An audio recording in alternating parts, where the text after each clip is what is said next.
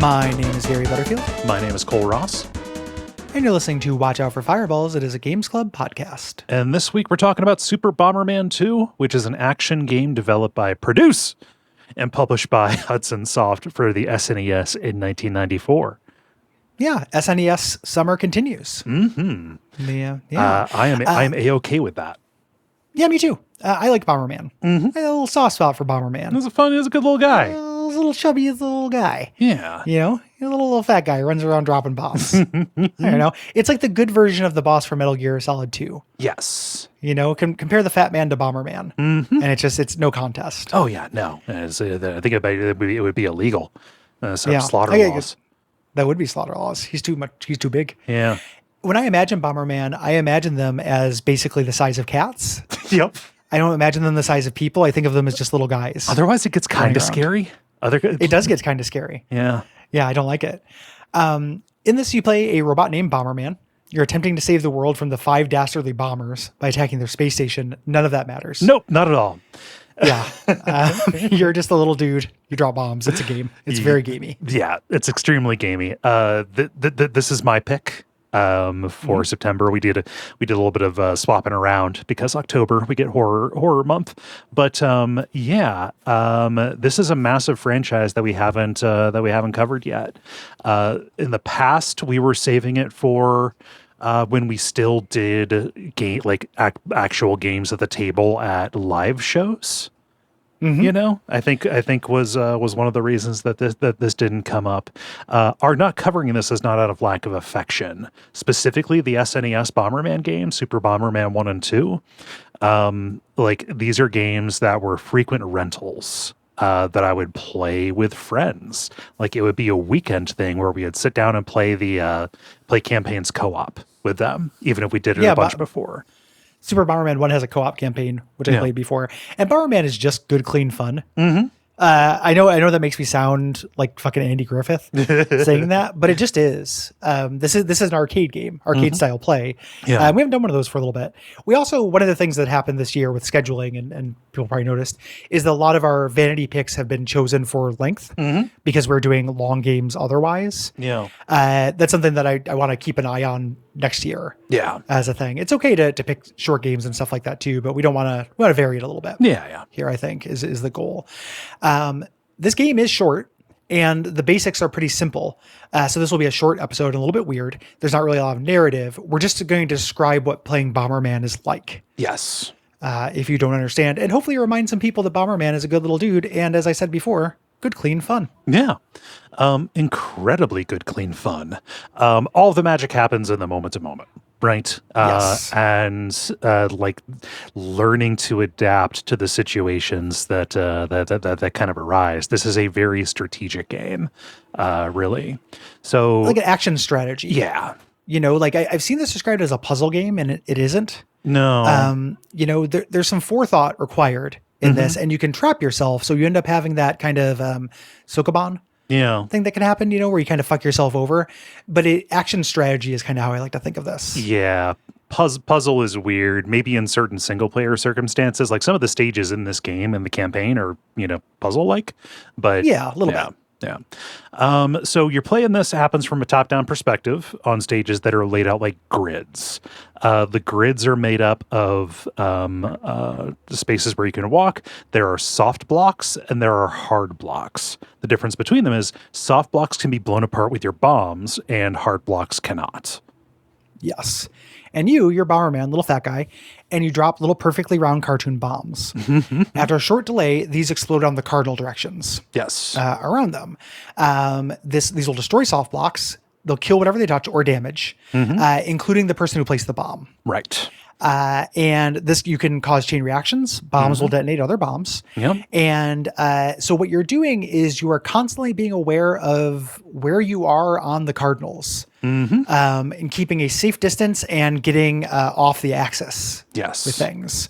So you are dropping a lot of bombs, but just watching your placement. Constantly. You don't want to trap yourself. You don't want to get caught on an accidental chain reaction or trap yourself with an enemy or anything like that. That's kind of what the game is doing. And you're doing it relatively quickly in this. Yeah. Because the enemies are coming for you. They definitely are. And we'll talk about like the way that the pace changes over the course of a match. But you know, there are some other like basic assumptions on this. Like when you place a bomb, you cannot walk through it. So that is the way you get trapped, not just by the explosion, but you might be pinned down and just painfully aware for several seconds that you're going to die and there's nothing you can do. You've been Amontillatoed. Yeah. And usually the bomb's explosion is stopped by the first soft block that it reaches. Many of these basic assumptions about the way things work can be modified by pickups, right? Yes. Power-ups and such. The way you're fighting enemies is to trap them. Yes. You know, generally they will move in a pattern. They do kind of seek you. The enemies, though, are not smart. In this, they are little video game guys who walk back and forth. This has arcade origins. So you want to trap them. Yes. You make it so they cannot escape the blast radius of your bomb. And this gets infinitely more complicated when you are working against other humans. You know, if you are playing this as a duel, or even if you are playing it with, the SNES AI characters or whatever, who can also lay bombs around you, suddenly it gets much more complicated because they also are laying bombs. And so planning a couple of moves ahead in terms of what are they likely going to do in response to me putting this bomb here, and making sure I don't walk into what they're going into, does make this feel like a little bit chess-like to me. Like it's like it's got a little bit of fast chess. Yeah. You know, like no turn, not real-time chess a little bit. And then a little bit of like MOBA feeling, because you're choosing whether to go aggressive or go gather power-ups.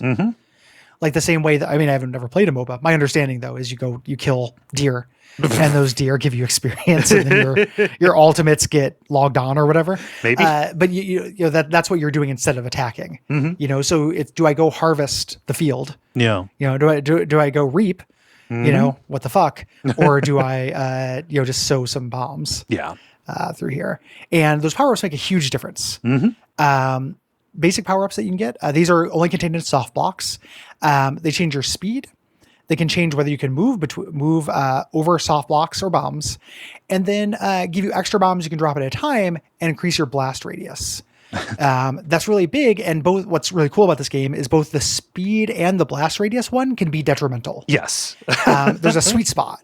You want to get bombs that mean business, but if you get bombs that go across the map, doing that cardinal direction positioning is harder.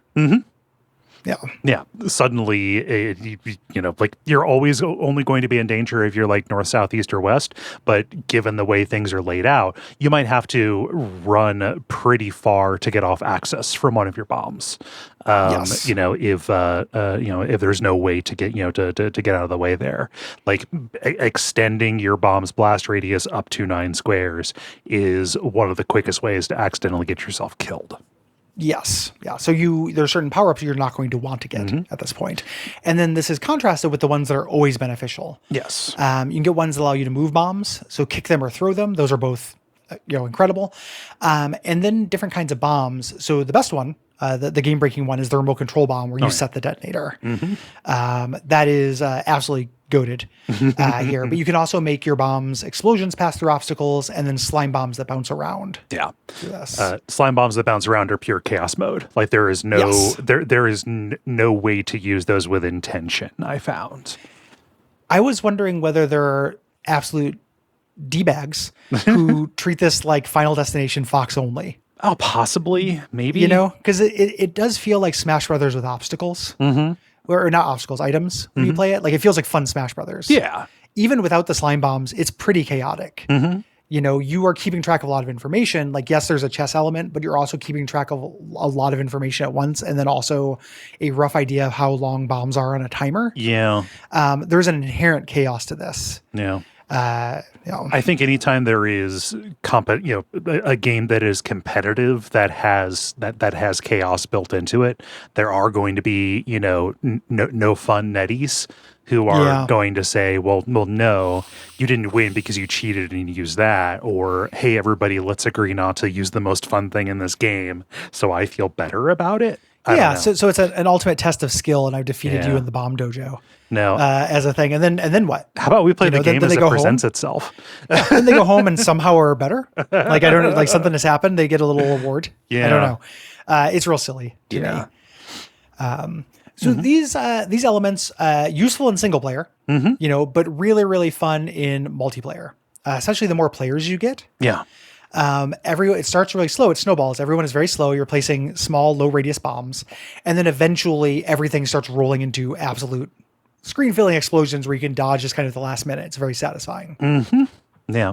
And multiplayer by default, it is stock play, right? You're trying to be the last person left.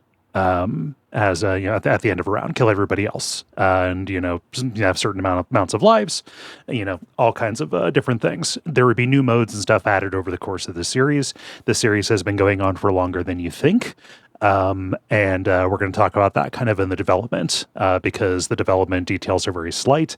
However, this is a storied franchise. Right. Yeah, long running. The biggest thing I found doing research of that is that there are people who care about the characters in Bomberman. Which blew my mind. Yeah, it's gonna. I'm honestly surprised that you can still be surprised by that. I know it keeps happening. I am an optimist in some ways. Like, it doesn't seem like it, but it's like just people being like, "Man, I can't believe they brought in these guest bombers instead of bringing back some of my favorite bombers from back in the day." And I'm like, "Oh, you mean the one with a slightly different colored helmet? Like, what are you talking about?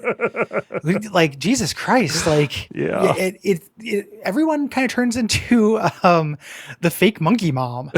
Like the monkey that loves the fake monkey mom. Like, oh, it's got a bow in its hair. I love it. I identify with this. It's there. It's a whole character. This is me. I'm like, Jesus Christ, have some internality. Like, fuck. Pride yourself on being an individual at least a little bit. Like, you don't have to define yourself entirely based around like what colors and shapes you like. It's weird. Yeah. No shipping. I couldn't find any sex stuff. That's good. That's good. That was a pleasant surprise. That did surprise me. And that was like, hell yeah. By couldn't find, do you mean you never actually, you never naturally ran across, or you didn't go looking for it? I didn't search. Okay. I was looking at people loving on the characters of Bomberman and talking about their cool different personalities and like what their favorite hangouts at the mall were and shit. And just happened to not run into sex stuff. Okay. So, not saying it's not there. If I wanted to, I could probably find some Rule 34 Bomberman. Yeah, probably. Good screen name. Bomberman Rule 34. Oh man. So this is primarily, it's a multiplayer game, and still fun. Like, if you just sat this down with you and 3 of your friends, you would have a blast on it. Yeah, have a good time. Lots to keep in your head, lots of situational awareness. You're going to make stupid and funny mistakes with it. Yeah. That's good. Single player is a bit more subdued. That is going to be the body of what we're going to be talking about here, after we do the development. But it's still interesting because you are using the, basics of Bomberman to kind of surpass these little gimmicks and fight non-Bomberman enemies.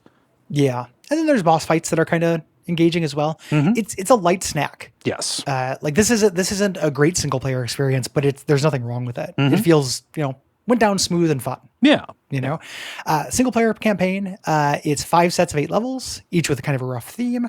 And these gimmicks that are introduced, new enemies, new environmental issues. We're going to be talking about that during the second half of the episode, ending with a 2-part boss battle. Yeah. The first part is a duel with the 5 Dastardly bombers. It's kind of an AI multiplayer, even though they have their own special ability. And then you fight like a Dr. Robotnik machine. Yeah. In the Bomberman engine. To varying levels of success. Yes.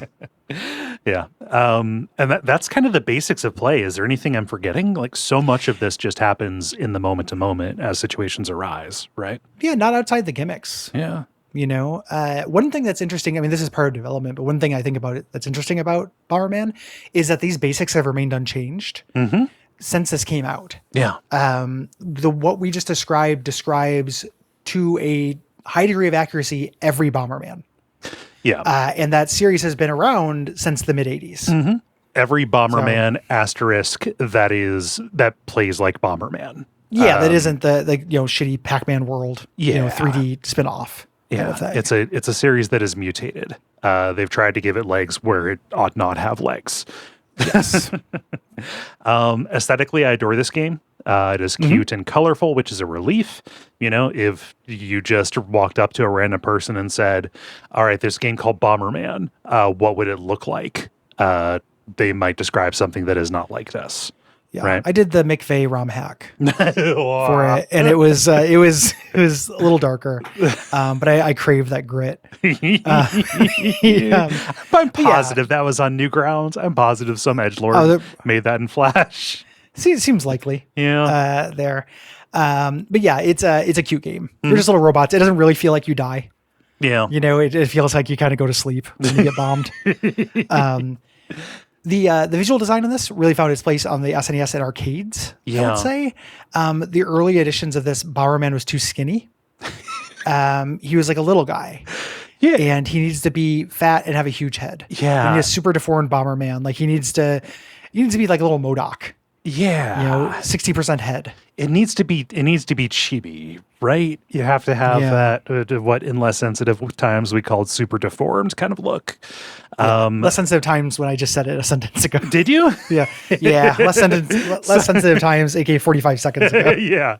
Okay. I it's so accepted as normal that it just kind of like glossed over it. Yeah. Yeah. It's what it means. Like it's still a term that's used as description. I don't like it, but like it's the most efficient way to say that. Yeah. You know, I don't know how else to describe, like, I don't know. Yeah. Describe these little guys. But yeah, just by the time you get to Super Bomberman, like this is the canonical Bomberman look to me. Like older ones, it's really uncomfortable to go back to a little bit for varying degrees of discomfort, just because it is just a full ass human rendered proportionally in one of those little squares.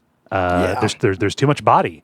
Bomberman kind of shouldn't have a torso. It should just be a ball with little arms and legs coming off of it. Yeah, just kind of it abstracts it to a pleasant degree. Yes. Yeah. The game is not optimized very well. No. This it has slowdown. It's funny because it's not hardware dependent. You play this on emulator. It has slowdown. Yeah. YouTube, it's like built in. It's just not programmed. Yeah. Super well. It's not optimized. Yeah. It reminded me of I kind of like slowdown as a thing. I don't know. Yeah. I was kind of into it. It didn't bother me that much. I was like, okay, like just slow it down a minute. It made me feel analog. Yeah. I was kind of nostalgic for it. Like in a way I don't get with sprite flicker. Out of the two things that old games used to do, like sprite flicker will bother me. Yes. But slow down. I'm like, all right, this is fine. Yeah. It go little guy. There's sometimes where it gets to be a little bit much for me and like something akin to impatience. Like I don't like slowdown insofar as I don't like slowdown when it really, really affects control, which is what ends up happening, because, with games, controller polling is tied to the frame rate as well. And it felt like in the single player, there were times where I kind of got fucked over because the controller polling was affected. Right. Yeah. I didn't feel like that happened to me very much in this, but I also was relatively liberal with save states, like giving myself, modern checkpoints just because I was playing it for the show and didn't have anything to prove. Yeah. So if the worst thing that would happen is I'd start a stage over. Yeah. And that rarely happened because of slowdown for me. It happened more often because I would fuck up. Yeah. Or because of a mechanic the game doesn't, explain. That would happen. That would be a gimmick. Yeah. And that's like, don't blow up these doors. I was like, well, fuck. I guess. Okay. Well. Okay. Now I know. Yeah. Music is fine. Pleasant, catchy, matches the visual tone. Nothing to write home about, in my opinion. Yeah. Let's talk about the series. as a whole. Plenty of writing done on this, and you can go and look at each individual game, by itself. There are YouTube retrospectives as well you can poke at. I want to point people to this article called "The Complete History of Bomberman" on the website tiredoldhack.com. This is written by somebody named Chris Scullion. It's every game in the series up to Super Bomberman R, is what it is. It's an incredibly long article. That is a labor of love because, again, these games don't change that much. Yeah. You have to have a real eye for subtlety Yes. to take on that project. Mm-hmm. The original Bomberman, developed by Hudson Soft, 1980, to serve as a tech demo for their basic compiler. Released it for Japanese PCs in 1983. Yeah. So, again, 40-year-old game. It is the wild stuff. It is the age of a Gary. Yeah. I actually didn't know that before I sat down to prep for this episode. I thought, oh yeah, Bomberman. That's probably began as an arcade game in like the late 80s. Nope. Yeah. Nope. Wild. So this is the version that was widely ported and exported. The Famicom version, kind of a myth about it is that it was created over the course of 3 days by a programmer named Shinichi Nakamoto. That is unconfirmed, but that would put it at a shorter dev time than the Pac-Man. The Pac-Man port for Atari. Anything. Yeah, ridiculous. 3 days. I mean, even the short development time is usually measured in weeks. Yeah. The ZX Speccy version port of this was named Eric and the Floaters to avoid any associations with the bombings done by the Irish Republican Army. The Eric and the Floaters does not describe what's happening here. Not at all. It describes a band, like a fictional band that would play up against the refreshments or the replacements or whatever that fake band about that Irish soul band. That fake movie. I can't remember what it's called now. The Replacements is a band. The Refreshments is the band that did the King also of the Hill. Band. Yeah. There's a band. There's a movie about an Irish soul band. Okay. That I'm trying to think of in the 90s. That was like a fake band. This seems like one of their rivals. The Commitments is what you're thinking. The Commitments. Of. Thank you. Yeah. Yeah. The Eric and the Floaters seems like they would be a rival band to the Commitments. Yeah. To me. I need to see what the cover art on Eric and the Floaters is. Mm-hmm. Which one's Eric? That would be me elbowing my date. Yeah. Gary, I need you to take a look at this. I'm pulling it up. Okay. Yeah. This is way more horrifying. I'd rather they just keep it as Bomberman, even with... It's like Pilgrims in a Realm. It's like two Amish guys, one entering a maze and one leaving it. Uh-huh. And then there are floating bombs with wings. So in this kind of Roger Dean-esque like prog cover. You're not looking at... No, I'm looking at the ZX Spectrum. Okay, yeah. I'm looking at... There's two of them. You're looking at the one that looks like a Doom cover. Yeah, that looks like a Doom cover. There's two of them. Did you see the Amish one as well? Let me see. They're both here. weird. Okay, yeah, that is also weird. Sorry, we're doing a visual. Go. We're doing abject suffering here for a second. Yeah, for a second, yeah. My brother in Christ, look at the title screen of the game though. Well, let me get what Let me pull that up for you. Yeah. So, let me put that in the Slack. We can put this in the the thing. We can share this stuff. We can just because this is gonna be a slight episode. Everyone have fun with us. Look at this. I love this. Okay, so there's a little guy in overalls. He's got a red mage hat on. That he's kind of in the process of doffing it, but also kind of goosed up running away from a big blue balloon that has a balloon with angry eyes and an anime throbbing forehead vein kind of on it, and big scary teeth. So the floaters are bombs. Okay. Yeah. The floaters they're are meant balloons. to be bombs. Huh. In this one. In this port they drop balloons that explode. Britain isn't a real country. Yeah, Normal Island. Another normal game from Normal Island. So another weird thing from the history of this, when the original version of Bomberman was ported to the NES and the Famicom, they have an ending reveal saying, look forward to seeing Bomberman again in Lode Runner. You can. Yeah. I recently found out about this from, I'm rewatching Crontendo. Okay. In the original old Lode Runner, one of the enemy sprites is the sprite they used for Bomberman. They reused them. The first Famicom version of Lode Runner, you fight Bomberman. Yeah, you do. The same sprite. Yeah. So then they kind of backported this as a thing. Huh. My canonical version of Lode Runner is not the NES one; it's the Apple one. Yeah. So I've never seen this. Weird. Yeah, very different. But yeah, just kind of, Hudson would reuse sprites. Yeah. That's a Hudson thing of the era. Yeah. It spun off a couple times off of this original one. There were games like Bomber King, also known as Robo Warrior in the US, which is more of a single player campaign. Not grid based, but you would place bombs and you could still be affected by the explosions as you fought enemies, which is kind of neat. And then Bomber Boy, called Atomic Punk in the US. We did not want to think of our boys becoming bombers. Yes. Yeah. But it really found its niche in 1990. The series did, when they just put out another game called Bomberman for the PC Engine, and then was ported TurboGrafx 16, basically just the PC Engine, and then brought to PCs as well. This is the one that is most recognizable as Bomberman to me early on. Yeah, it added a battle mode. Yes. And it was kind of a killer app for the TurboGrafx 16. My understanding, I got real rave reviews when I was reading video game magazines at the time. Yeah. Super Bomberman 1 was released for the SNES in 1993, which HAL Laboratories created the Super Multitap, which allowed 4 simultaneous players in battle mode. So this kind of became an early party game. Those multitaps for SNES and Nintendo only had a limited number of games that worked with them ever, but it was very forward thinking to larger multiplayer spaces that ultimately would come to be online. Yes. And then eventually on the Nintendo 64 and GameCube with multiple controller ports built in. But that was a thing that I don't think had tons of penetration. No. Like I you could correct me if you're wrong, or if I'm wrong. I didn't know anybody with a multi-tap for any of these things. Right. Like I've never played a multi-tap in the wild. I knew of their existence. Yeah. But it was not part of me or anyone I knew their 16 or 8-bit video game experiences. I think at one point I rented a multi-tap to play with this. But I don't know. I think maybe we got up to 3 players with it at that point because, you have to remember this was when I was, I don't know, this came out when I was 7. So picture me in like elementary school with friends, like, all right, each of us has one Super Nintendo controller, Yeah. My mom decided, or my grandma said, okay, we're going to rent this thing so you can play it. Let's see how many of these we can get together.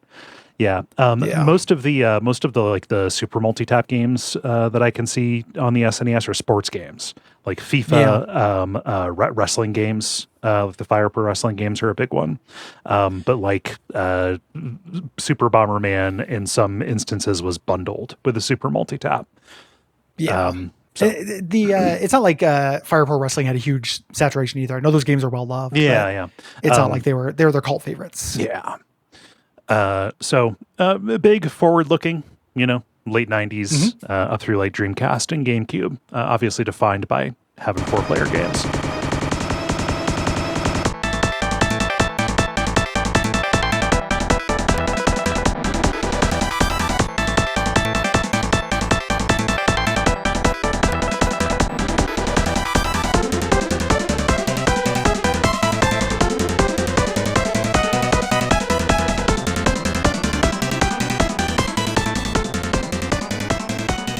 This was a huge party game phenomenon.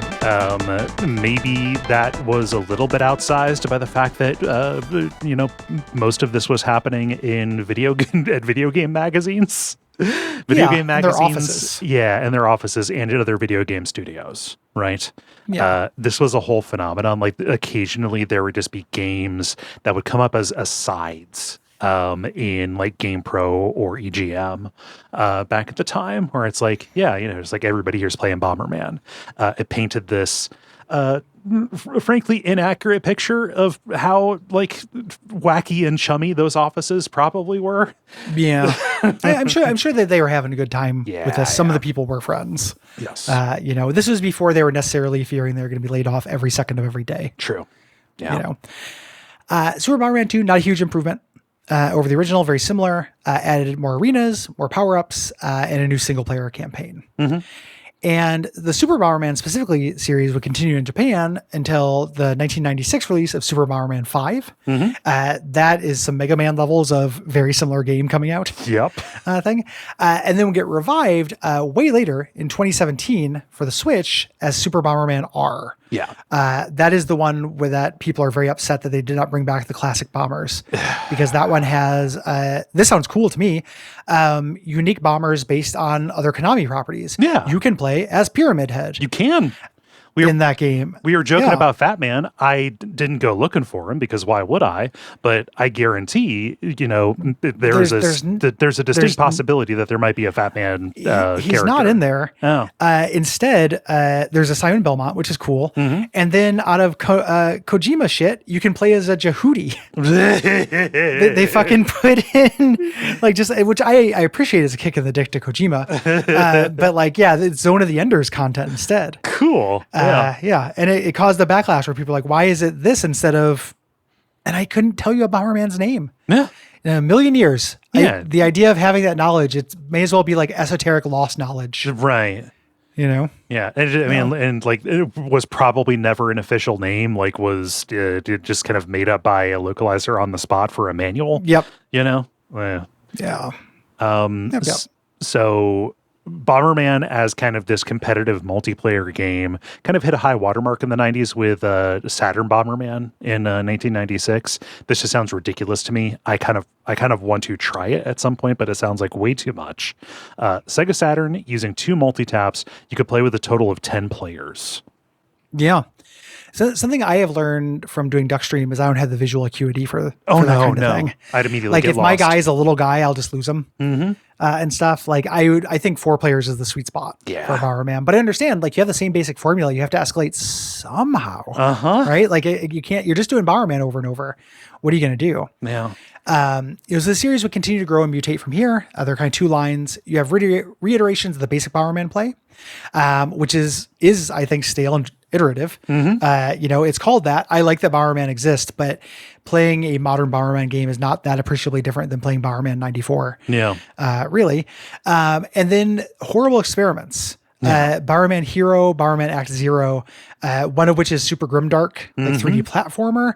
What is the other one? What is Bomberman Hero? Oh, Bomberman Hero is the kids really like Mario 64. So it was, there was Bomberman 64, which was a little bit Bomberman-y, but it was in 3D. Bomberman Hero was let's continue on the story-based adventures of Bomberman, which was kind of there for a long time, but I don't know. I remember renting it and being very disappointed. The cover of Bomberman Act Zero is fucking hilarious. Oh, it's ridiculous. It's like an off-brand Iron Man. He's walking from a bunch of flames and stuff. It is an absolutely badassified version of Bomberman. No, ludicrous. It is the Xbox 360. Everything needs to be Halo applied to Bomberman, and it could not be a bigger mismatch. It doesn't make any sense. Also, calling a Bomberman Act Zero weirdly in my mind positions it as a prequel. Ground Zero. No, as Bomberman Ground Zero or Bomberman third plane or whatever. I don't know. Yeah, if you're gonna go dark with it, you can go as dark as you can. Yeah. But no, it makes it seem like a prequel to me. This is what the world of Bomberman was like. Yeah, before it got all cutified. Yeah. It's just the direction cute shit has to go in. Yeah. It happened with Mega Man to a degree as well. It's related to the serious and storification shit of Nintendo stuff anyway. Yeah. You have Arcade Origins where things can just kind of be beautifully surreal and kind of abstract and represent things. Like Castlevania isn't a dramatic story, but it has monsters and stuff in it, so your brain will kind of fill in the blanks. Yeah. And then eventually it has to become about Dracula returning to Neo Tokyo. Yeah. And transporting the castle to the World's Fair. It has to get, like this. It has to turn into Bomberman Act Zero. And it sucks. Yeah. It's just this arc that every game from the 80s and 90s has to go on. Yeah. As developers try to figure out how to make, these properties have value. What can we do with them? Yeah. Something they couldn't stop themselves from doing, even in Super Bomberman R or, Bomberman games that follow the regular top-down grid-based Bomberman kind of approach, is that they do get more story-y. So like fired up Super Bomberman R because I got that the same day I got my Switch. Played around with it, and it's never going to hold up to Breath of the Wild, especially at that time. So I just kind of put it down and never came back to it. But I fired it back up, and it's kind of got the Tetris Puyo Puyo problem, where it's like the game, all I need is, okay, it's fine on its own. Like, just give me Bomberman, give me courses with new challenges and stuff. And just the opening cutscene stuff is entirely ridiculous. Here's a land, there's a prophecy, here's a mysterious stranger who has shown up. Everybody's bombing, but he bombs worse, kind of thing. And it's like, this is completely extraneous. I don't know who this is for. Except for those people who are complaining about not having their favorite bombers. Their specific Bomberman. Yeah, it's just kind of weird. Like, some people, I think, are addicted to narrative basically as its own thing. Mm-hmm. Irregardless of quality. Yeah. Of the narrative. And like, I don't know, some things can just be arcade games. Yeah. It's okay. Yeah. So the 2000s, not especially eventful for Bomberman. I think it's safe to say. It recently gone through a divorce. Yeah, he was kind of out in the wilderness. Yeah, the lost decade for Bomberman. Yeah, it was the Richard Bachman years. Richard Bachman years. Yeah. But the kind of the major notable one, what I remember making a splash was Bomberman Live Battlefest on Xbox 360 in 2010. This was like Xbox Arcade, budget-ish kind of game with Xbox Live multiplayer, so it was super easy to find a match with a bunch of people. Yeah. And it had something really cool where when you died, your character was moved to a cannon on the edge of the screen, and you had like a limited range where you could aim and fire bombs into the stage to like winnow them down. Yeah, that game was a blast. Yeah, spite. Being able to be spiteful after death is a good video game multiplayer thing. Like, what do you do after you lose is the problem with any multiplayer game. Yes. It comes on board games a lot. You play these long, like, Twilight Imperium things, and like, I don't know, now I just got to go home and everyone else keeps playing the game. I guess I'll return to my wife and kids. Yeah, this sucks. Whereas giving you a spite thing is really fun. Yeah. Even though I'm not the biggest fan of it, it's a cool thing about Trivia Murder Party on Jackbox. And the series kind of languished on mobile for a while after that. Konami got it, exploited it. Then Super Bomberman R came out on Switch, kind of brought it back to consoles. Yeah. Notably, Bomberman has never had the Pac-Man glow up. Yeah. Or Gradius or any of those old classic arcade games, a lot of them from Namco, they've done new versions of them. Yes. And really reinvented the game. Like the same way we did a Tetris episode, we could do a Pac-Man episode. Yeah. And talk about all those different variants of Pac-Man. Because, Pac-Man, the big 4-player Pac-Man, you need other Pac-Man. That's really fun. Pac-Man 256 is fun. The score chasing one. I can't remember the first one that came out. The one Pac-Man World Championship. Yeah, World Championship. That's really fun. Like those games got reinvented. Yeah, for a new era, and Bomberman never did. No. Bomberman R is still pretty much Bomberman. Somebody is looking for that. To me, that is leaving money on the table. I would love to go into an arcade and have a cool new Bomberman that has an updated and more thoughtful mechanic. That kind of makes it a little bit more fast paced. Yeah. It changes up the arc of a match, or iterates on what you do post death, right? Yeah, that'd be really cool. Yeah. So take that idea and run with it, Konami, I guess. Yeah, I trust you. Yeah. We'll get our best people on the Konami. So let's get into the single player campaign. Yeah. Here. Completely perfunctory opening. Space station. Oh no. We see the 5 dastardly bombers. All right. So these are slightly different Bomberman. I'm going to blow up. Cool. Yeah. That one doesn't like this one. Yeah. And we start in the old castle stage. One of these space station things is themed as an old medieval castle. Why not? Yeah. Kind of starting, this looks like generic Bomberman because this is our 1-1. Yes. Yeah. So generally in these single player matches, what you have to do is you have to defeat all of the enemies to make the door at the top of the stage open up. Sometimes there will be switches that you have to hit as well. Yes. You push by bombing them. Yeah. Everything is by bombing. Yes. That is your one verb. Yeah. It's a Homer's turning off the lights with the gun. The mechanical hook of this first stage is magnets. They're these magnet blocks that will draw a bomb in. If you blow them up, they'll rotate 90 degrees. Yes. And then there are magnet bot enemies that will draw your bombs out of place. Yeah. Oftentimes into them to blow them up. Yeah. But if you were placing that and planning to do something with it, then drawing it off axis, changes your plan. Yeah. It kills that thing and then you just do it again. Yeah. Like something that would really spice up this game. I'm glad it doesn't exist, but something that would make a lot of those concerns concerning would be a time limit. Yeah. On this game, I'm never in favor of a time limit. So there is a time limit. It's just incredibly It is very long. generous. Yeah. Okay, because I never ran into it. What would happen when these guys would fuck up my plans was I would just walk 1 foot off axis and then just do it again. Yeah. Like nothing happened. It was fine. I'm not really complaining about that. It's just kind of it doesn't like this game is kind of relaxing in a way that the exact opposite of the multiplayer is, because there aren't that many consequences for these hazards, I found. Yeah. Just talking about like making it, giving it a time limit or making kind of the margins a little bit closer, because I've been kind of gumming at the edges of Tactical Breach Wizards. What I kind of want is a turn-based strategy Bomberman, where it's a really interesting idea. Yeah. Like Hitman Go. Yes. Things that will never be. So yeah, sadly. This is the stage that is the most heavy with gimmicks. Like this collection of levels, there are also like stacks of dynamite that will blow up in chain reactions around where you hit them. These are weird explosions because they will also wrap around corners too. Yeah, that's a little bit dirty pool. Yeah. There are these flashing red lights, and if you hit those, it makes your bomb, or if you put your bomb on them, it'll explode at maximum range. Once you know what they do. Yeah. This is a tool. Yes. And then something that is not communicated to you very well, I think, in the game that was a surprise to me is you do not want to bomb the exit door. No. You have to kill all the enemies, as you mentioned. Sometimes it switches, but the way that more enemies are spawned is if you bomb the exit door. So don't do that on accident. And eventually the level design takes this into account and makes it so you're more likely to do it accidentally. Yeah. Some basic enemies here, like there are little zapper guys who will zap you if you get too close to them.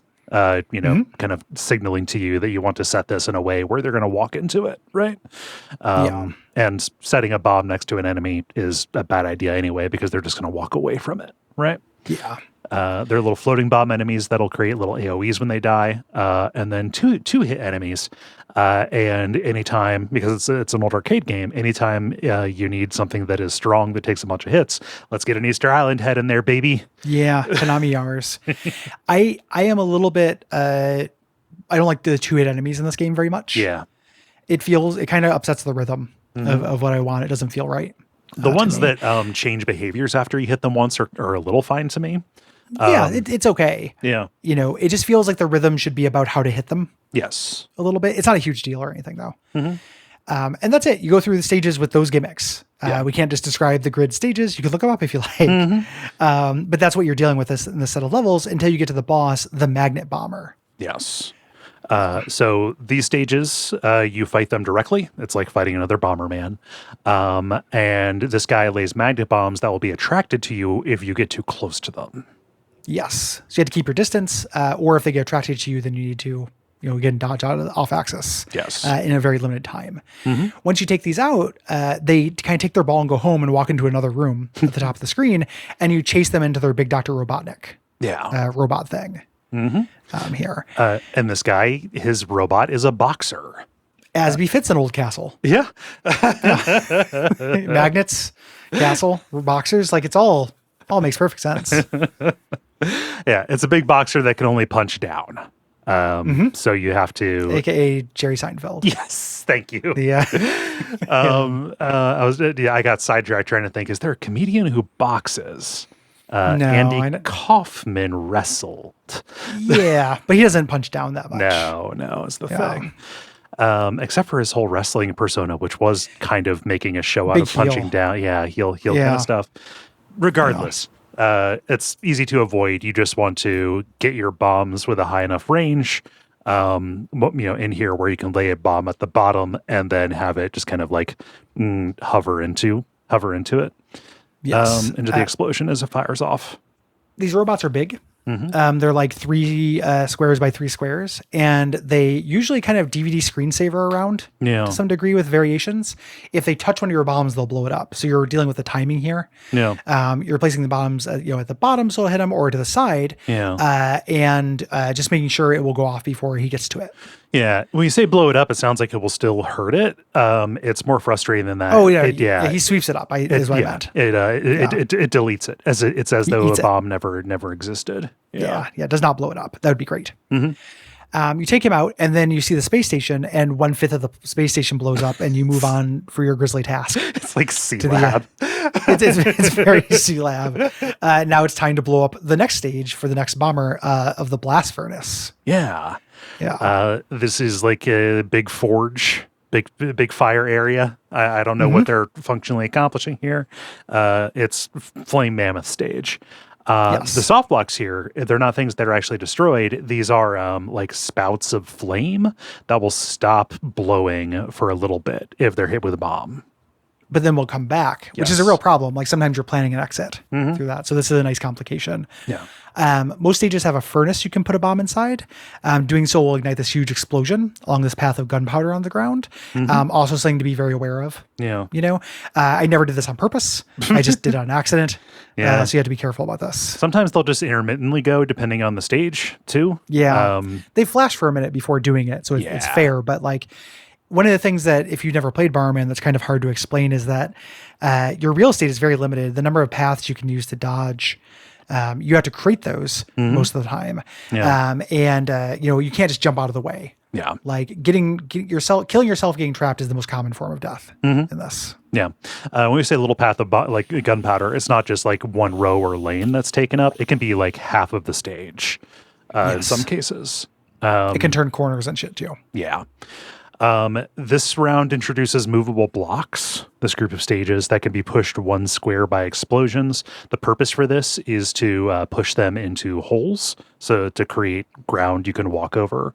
This is a way that you can screw yourself, because if you push this in the wrong direction, if you soak a bonnet up into a wall that you're unable to move it, you might not be able to plug a gap that you need to get across in order to get to another part of the level, to get to a switch, to kill that last enemy, stuff like that. Yeah. And sometimes you have to do use these holes in order to, or to get the holes to pop up by bombing red switches. You'll get through here. The main enemy we're going to fight here is this little board bomb you have to hit twice. The first hit lights its fuse. It makes it run around faster, like the crabs from the old Mario Brothers game. Second hit will kill them. And again, doesn't seem like a big deal, but you have very limited room to dodge. You also, the way power-ups work in this is they're persistent until you die. So if you've gotten a bunch of speed-ups, if you die, you're now back at 0. So you might move slow to avoid these things, which means you have to go harvest some more. You might not be able to maneuver around to get it properly trapped, right? Yes. Yep. The boss of this set of stages is the Fire Bomber, who can throw bombs a fair distance. So it is not just, relegated to places where it can walk or places where it has been. If a bomb lands on you, they're pretty big bombs. If they land on you, it makes you drop all of your power-ups like Sonic. And while they're on the grid, they're vulnerable to being blown up. That's another part of the strategy in multiplayer, is that pickups can be blown up. So if you can't grab something, denial. You can deny. And around here is when you might get the throwing ability with this, which one of the things I love, that's a genius move, is being able to wrap around the screen. You can throw bombs off one side of the screen to the other. I haven't watched one, but I bet you speedruns of this use that a lot. Just knowing where the goals are. After you take out the Fire Bomber, he hops into this big 4-legged robot, walks around and shoots exploding fireballs up in the air that come down and blow up. Obviously it's telegraphed. Not long enough though. Not very long though. Very and again, hard. If you die and you've lost your speed, like, this is a problem. This guy can be kind of hard. The third set of stages I've just called the Tinker stage. This is like a castle in Toyland. We're in Clockwork Knight territory. Yes. And this introduces something I don't think quite works. Which are these trampoline blocks. These are fiddly. They're analog trampoline blocks. With a digital controller. They launch you in a direction depending on how long you hold the button. And in a game where like, I'm creating save states at the beginning of stages Yeah. for ease, but I'm not save scumming every jump because that's not the game. In a game where dying is kind of a big deal, you lose a lot of investment in dying in this. It sucks to not know how long you need to press this thing exactly or how these things work. Yeah. When you get on them, like they're a little bit of a pain. I don't think they quite work. No, it's also very quickly, you're using this to jump over water, and it is asking you to chain a trampoline jump from the block to block at varying distances, and I think maybe occasionally off axis too. So you have to hope that you'll like just kind of gravity pull over onto the next one. They're laid out in a way that implies that you can jump diagonally, but you can't. Yeah. It sucks. Yeah. There are also little boats and stuff. There are cannons that will shoot you over gaps. Those are fine. They're just teleporters. But little boats and submarines, they'll go on a little prescribed thing to take you to like Bomb Island every once in a while. And these are fine, but they're hard to use. Yeah. They just kind of teleport you slower. It's less interesting than a bridge or a road. Yeah. Yeah, you can't do bomb stuff on it. No. It's So the gimmicks in the stage are not super strong. Yeah. But there are tons of enemies. I think this is the stage that has the most enemies. I like these guys, the little slime bots and tanks. You can see the little slime kind of hopping around at the top of it. But the tanks will launch their pilots at you, and the bots, when you blow them up, you will also have to deal with the slimes. But the slimes are weaker and move more slowly. Yeah, not really a problem. Yeah. There are iBots.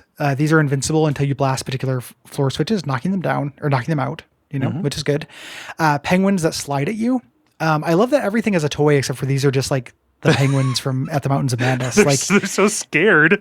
Yeah, it's just straight up huge, scary, but they're the size of Bomberman. Yeah. Like these are big penguins. Even though I do think Bombermen are small. Yeah. They're probably regular penguins, and that's how tall Bomberman is. Yeah.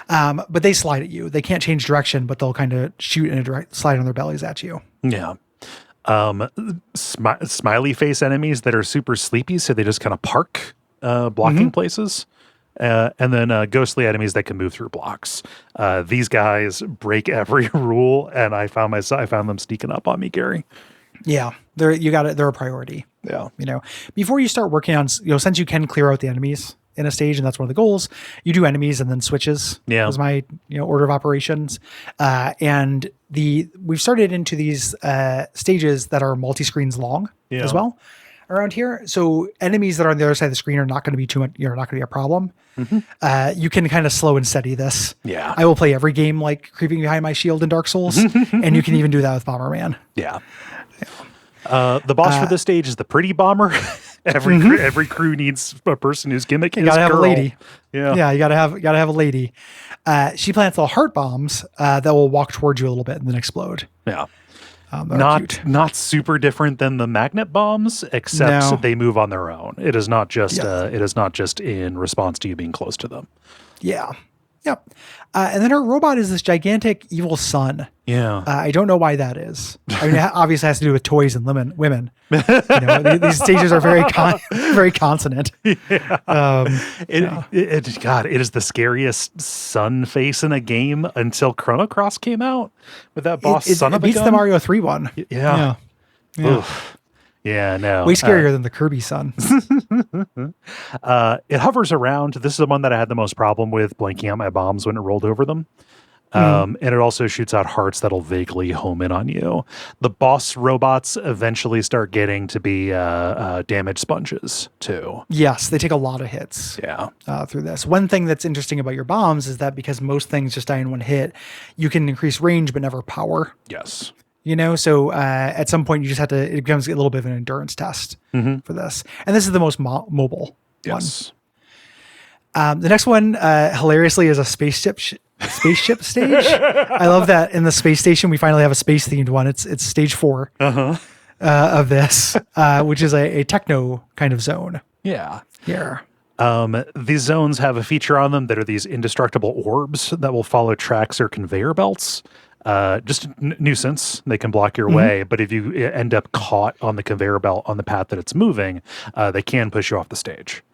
Yeah, and they can push bombs and stuff too. Yeah. So you get some physics fun. There are floating moving platforms that go between sections of the stage, many of which you can't see until you hit the switch. Functionally the same as boats. Yeah. In the last stage. And then walker enemies that move faster when hit. Yeah. We've had something similar to that. This is another version.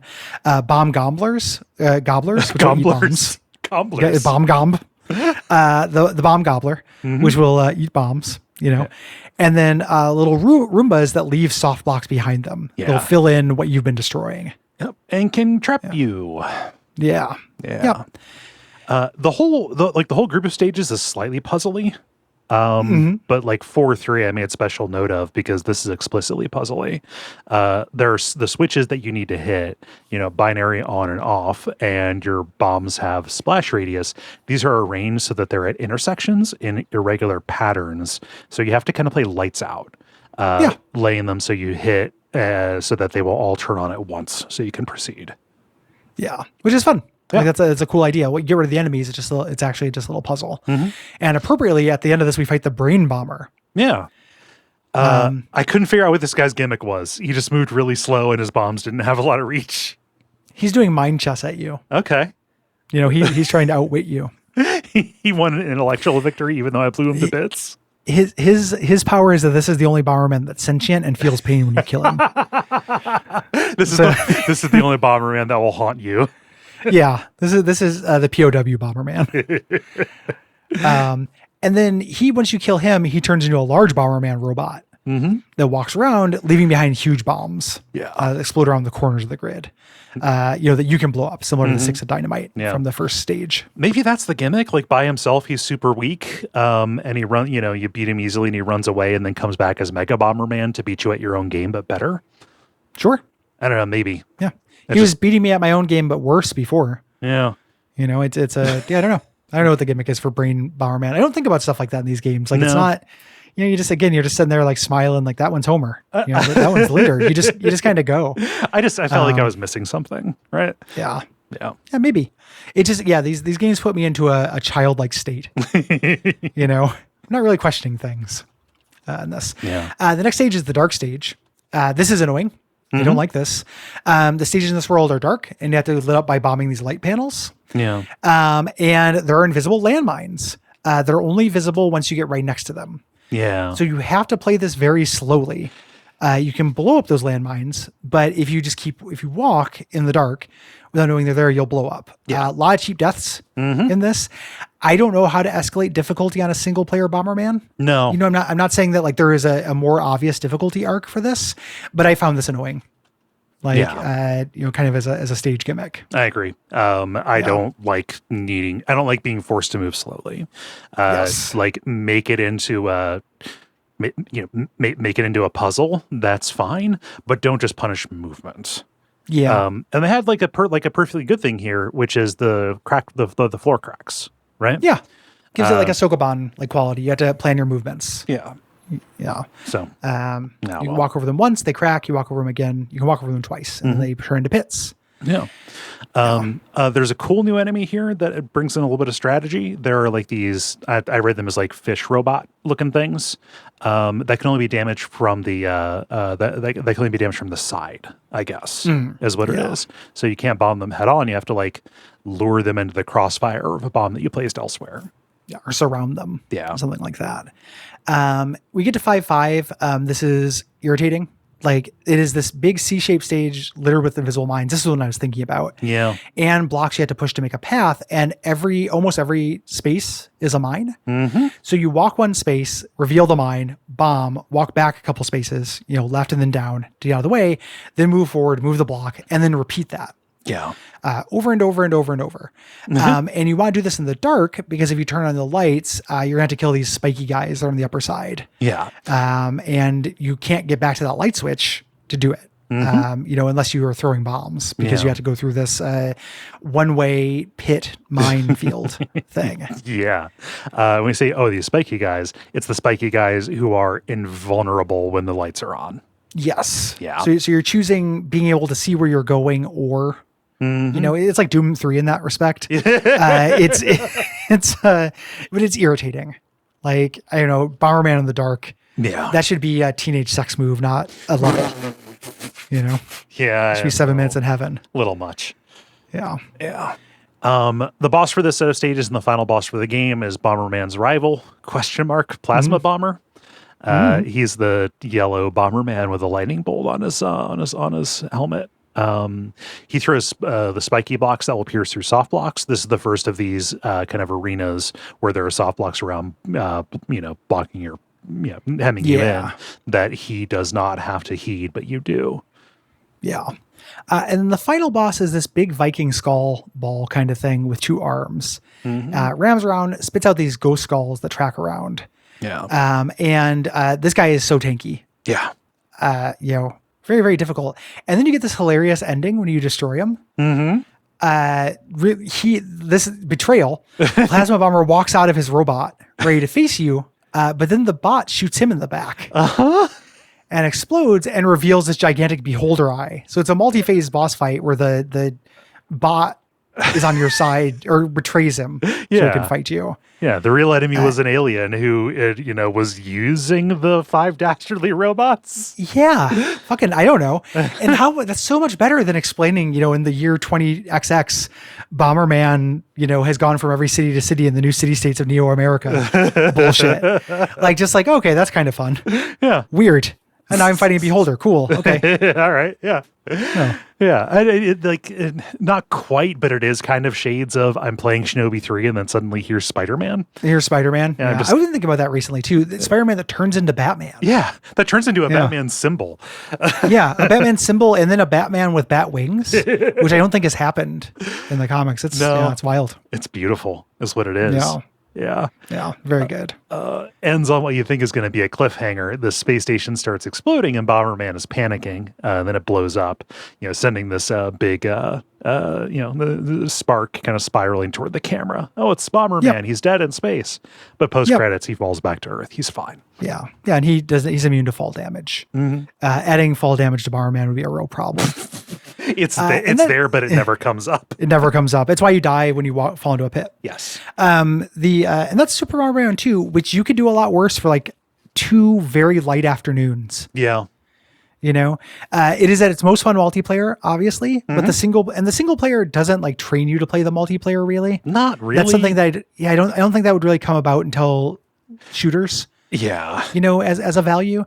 But it's still fun. Yeah. Like if I see Bomberman, I'll play some Bomberman. It's just good. The basics are just a really, really good idea. Yeah, exactly. It's a fundamental idea that came with games, like Arkanoid. Yes. It feels like it's just there. And it has been for 40 years, 43 years. It's as old as I am. Yeah. So it came with the universe non-derogatory. And I dig it. It's fun. Yeah. So many fun memories of playing specifically, SNES Bomberman. Even just 2-player. It's really fun to just kind of duel people, Yeah. I actually like it best 2-player more than 4-player. It doesn't get as crowded. Yeah. And again, my visual acuity is such that I will lose my guy. Yeah. At this point, I used to be able to do that. Now I can't because I'm old. Because I'm as old as Bomberman. Truly. Now, if you are listening to this and you have a project or product you'd like us to shout out and you are a marginalized creator, let us know. Send me an email at Gary@Duckfeed.tv. Include your name, links, pronouns, pertinent information, things like that. We'd be happy to do it. This episode is brought to you by a group of people who are making a video game, a visual novel called The Good People, which is based on Irish mythology. You can find their demo on Steam and itch.io. And the name of the company, search for this, it's Moirai Myths. That's Moirai Myths. You can also find them on social media. Check it out. Do it. Check out that game. Yeah. If you just do a search on Steam for The Good People, you'll see it there. Yeah. Or Moirai Myths. Yes. Based on Irish mythology. You don't see that a lot. No, you don't. So, anything that, that goes to one of those not very well trod places is pretty cool. Yeah. If you have thoughts about Super Bomberman 2, you can write in by September the 15th. That is the deadline for this month's games for responses for those. Actually, let me double check that because we were recording that dispatch a little bit earlier. I'm moving. Yeah. I'm fucking some stuff up. Gary is moving. Yeah. So the deadline is the 9th. I'll put out a call on social media around that too. Yeah. Just to see. Sorry about the shortened deadline. Just the way it works out. Yeah. I can't help it. If you get in something late, maybe we'll do some makeup in October just because we had to change things. Yeah. For stuff like that. But we want to hear responses to Super Bomberman 2, City of Heroes, and then Fable 2, which is our premium episode for that month or for this month. Everybody gets the generalities of Fable 2. Only patrons at $5 or higher get the entire episode. Yes. Yeah. October's games, the deadline for writing in about those is October the 15th. And the games we're talking about for Horror Month, they're going to be Stasis Bone Totem, Season 1 of The Last Door. We're going to do a special episode about horror games at the arcades. And then our premium episode that month is going to be Crow Country, recent survival horror throwback indie game that I find very good. Yeah, super excited about that. A quick note, The Last Door is a patron request. Yes. We're doing both seasons of The Last Door eventually. Yes. We're doing season 1 in October, and then probably before Halloween next year, we'll do season 2. It tells one complete story. I like both versions of it. We're just trying to cut down on double EPs. And as mentioned before, having a short game to put in with these Cities of Heroes and Fables 2 is useful. Yes. We have long games in November, and then December is a very spicy meatball. Yes. So, again, that's Patreon. If you want to get those premium episodes, including all the other premium episodes, bonus shows, a lot of stuff. Exclusive content, real Lich Hours, Bonfireside Chat, Unfilmable, Quack Stack, Adaptation Decay, a bunch of different shows. Yeah. We think it is good value for your $5 or $10 per month. We do. If you can't do that, ratings, reviews, subscribe wherever you're listening to this. Tell your friends too. Spread the word. All we have is word of mouth. And join us in thanking our producer, Gwen. Thank you, Gwen. Big thanks, Gwen. Until next time, what should they watch out for, Cole? They should watch out for the next time they can play Bomberman, but don't do it at midnight because you know what bombs at midnight. You know what bombs at midnight. We all do. Yeah.